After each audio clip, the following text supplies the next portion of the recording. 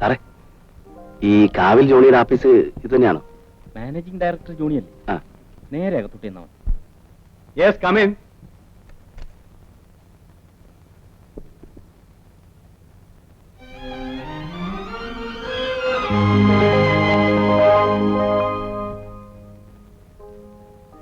നിങ്ങൾ വയ്ക്കും, ഞാൻ വിളിപ്പിക്കാം.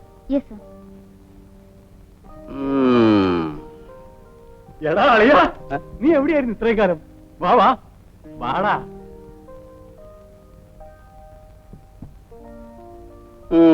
സ്വർണമാല, സ്വർണ ചെയിൻ, സിൽക്കിന്റെ ജുബ്ബ, നല്ല 1ാം ക്ലാസ് ടേബിള്, കൊട്ടാരം പോലത്തെ ഒരു ആപ്പീസ്.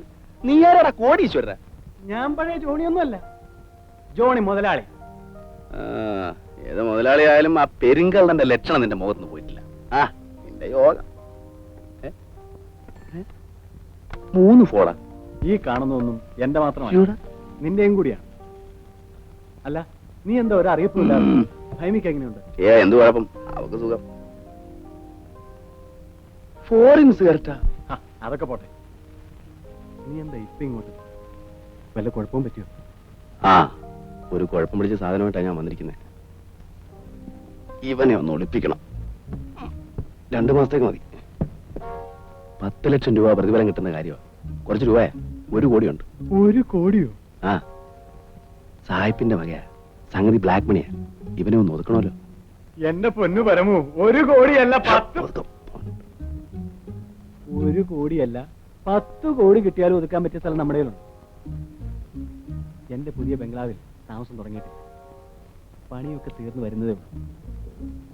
നമുക്കിവനെ അവിടെ ഒതുക്കാം.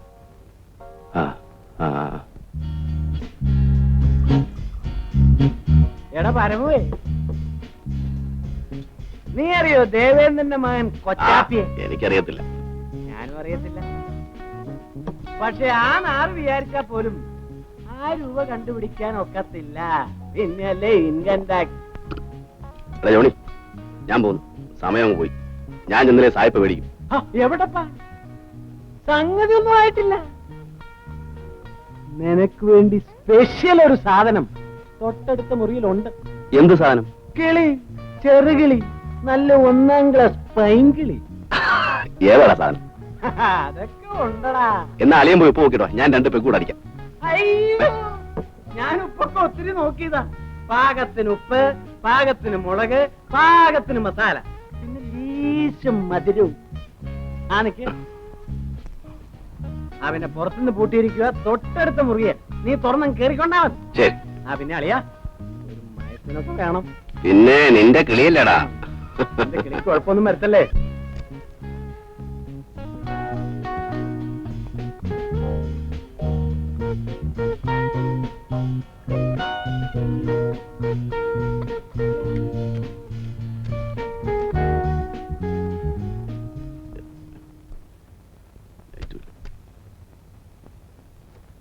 മോളെ, പൊന്നുമോളെ, എന്നാ മിണ്ടുകല്ലേ?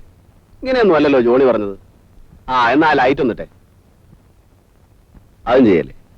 വേണ്ട, ഞാൻ തന്നെ ചെയ്യാം. എവിടെയാണ് നിന്റെ ഒരു സുന? എന്റെ ഭഗവാനെ.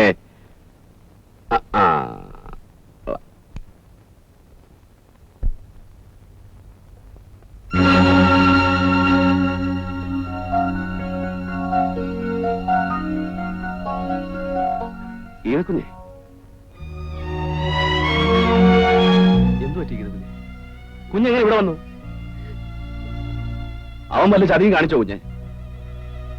ആ തെണ്ടിയെ ഞാനൊന്ന് കൊല്ലും. ആ ജോണിയെ ഞാൻ... ജോണി എന്നോട് ഒരു ചതിയും ചെയ്തിട്ടില്ല. ഉപകാരമേ ചെയ്തിട്ടുള്ളൂ. എനിക്ക് വേണ്ടി ഇനി ഒരു കൊലപാതകം ഉണ്ടാവുന്നുണ്ട്. പ്രയോജനമില്ല. പഴയ ഗീത എന്നേ മരിച്ചു.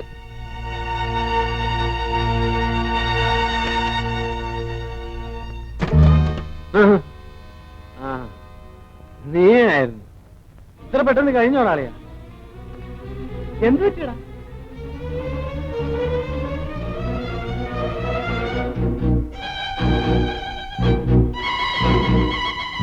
എന്ത് പറ്റിയടാ?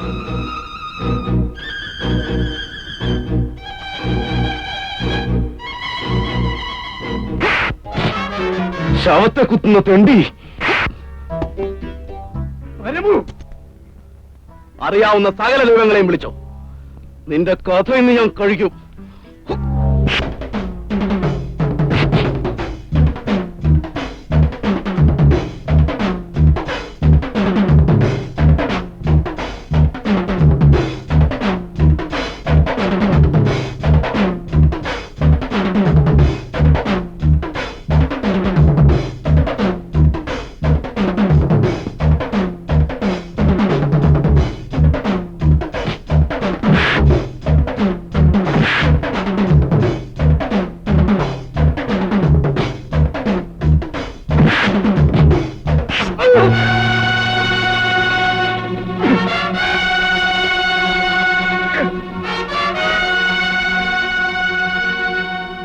എന്തടാ മടിച്ചു വെക്കുന്നത്?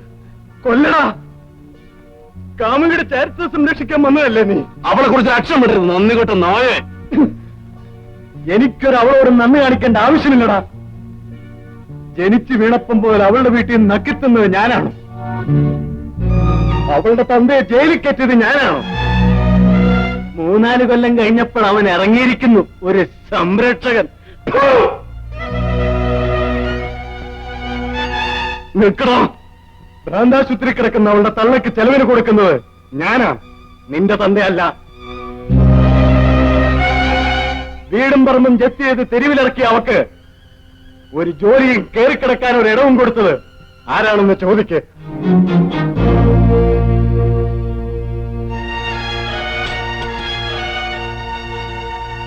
ഞാനൊരു ബിസിനസ്സുകാരനാണടാ. കാശ് കൊടുത്തെങ്കിൽ അത് മുതലാക്കാനും എനിക്കറിയാം. നിന്നെ ഞാൻ വെറുതെ വിടില്ലടാ.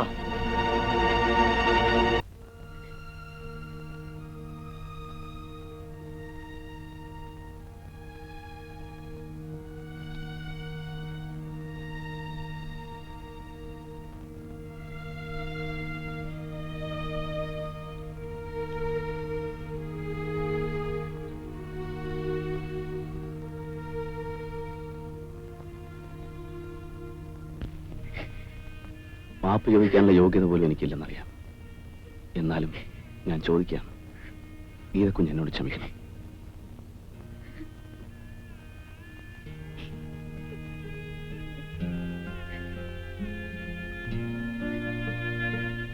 കുഞ്ഞിത് വെച്ചോളൂ.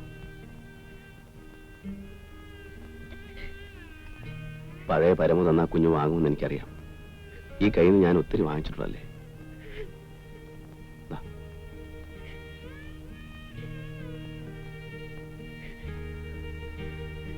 നീ ആ തുണിക്കട ജോലിക്ക് പോകണ്ട. കുറച്ച് പണം അമ്മയ്ക്ക് അയച്ചു കൊടുക്കണം.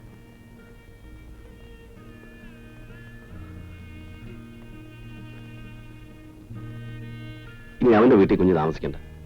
ഞാൻ കുഞ്ഞിനെ ഏതെങ്കിലും ഹോസ്റ്റലിൽ കൊണ്ടുവന്നാക്കാം.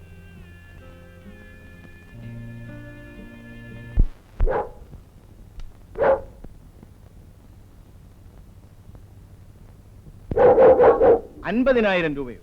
ഈ നിസ്സാര കാര്യം ചോദിക്കാനാണോ നീ ഇത്രയേറെ പരിങ്ങിയത്?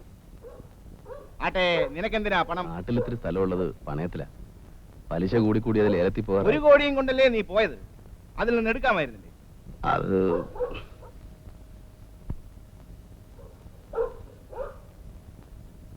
നാട്ടിൽ പോയാൽ ഉടനെ മടങ്ങി വരണം. ശരി, 2 ദിവസത്തിനുള്ളിൽ ഗൾഫ് പാർട്ടി വരും. നീ കാർ കൊണ്ടുപോയിക്കോ. കാറ് വേണ്ട സാർ. അത്രയും ദൂരം ഡ്രൈവ് ചെയ്ത് പോകാൻ വയ്യ. പനി തീരെ വിട്ടു മാറിയിട്ടില്ല. നിന്റെ ഇഷ്ടം. എപ്പോഴാ പോകുന്നത്? രാവിലെ.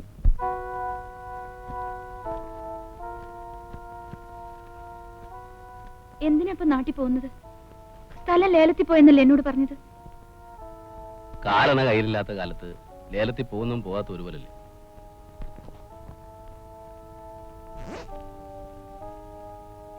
പോയിട്ട് വരട്ടെ.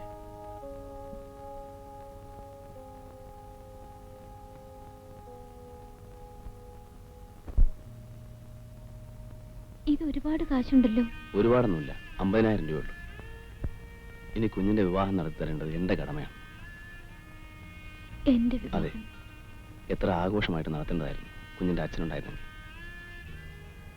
ശരിയാണ്. ജയിലിൽ കിടക്കുമ്പോഴും അച്ഛന്റെ വലിയൊരു ആഗ്രഹമായിരുന്നു എന്റെ വിവാഹത്തിൽ പങ്കുകൊള്ളണമെന്ന്. ജയിൽ സൂപ്രണ്ടിനോട് എന്നും കെഞ്ചുമായിരുന്നു പരോളിൽ വിടാൻ. മോഹന്റെ അച്ഛൻ ഒരു മര്യാദ കാണിച്ചു. ജയിലിൽ ചെന്ന് അച്ഛന്റെ മുഖത്ത് നോക്കി പറഞ്ഞു വിവാഹം സാധ്യമല്ലെന്ന്. എനിക്കൊരു വിഷമവും തോന്നിയില്ല. പക്ഷെ അച്ഛൻ ഒരു കണക്കിന് അതാ ഭാഗ്യം. ഉറങ്ങിക്കിടക്കുമ്പോ ആരെയും ബുദ്ധിമുട്ടിക്കാതെ അച്ഛനാ ഭാഗ്യം അർഹിക്കുന്നുണ്ടാവില്ല. ഓ, അമ്മയോ? ഭ്രാന്താശുപത്രിക്കുള്ളിൽ ഇങ്ങനെയുള്ള വികാരങ്ങളൊന്നും കടന്നു ചെല്ലാറില്ലല്ലോ. അച്ഛൻ മരിച്ചതറിഞ്ഞിട്ടും അമ്മ ഒന്നും പറഞ്ഞില്ല. ജോലി കളഞ്ഞു. ഇനി അല്പം സോഷ്യൽ സർവീസ് ആകാമെന്ന് വെച്ചു അല്ലേ? കുഞ്ഞെ, 50,000 രൂപ പോയാലെന്ത്? ഒരു വേശ്യ രക്ഷപ്പെടുമല്ലോ.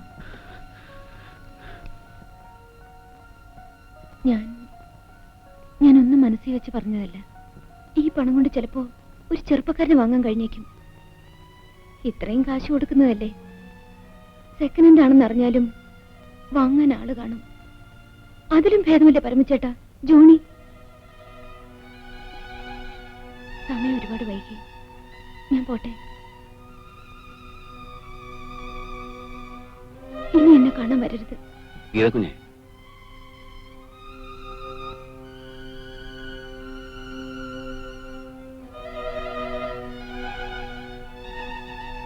പുഴയുടെ അരികത്തൊരു കോവിലില്ലേ? ഉണ്ട്.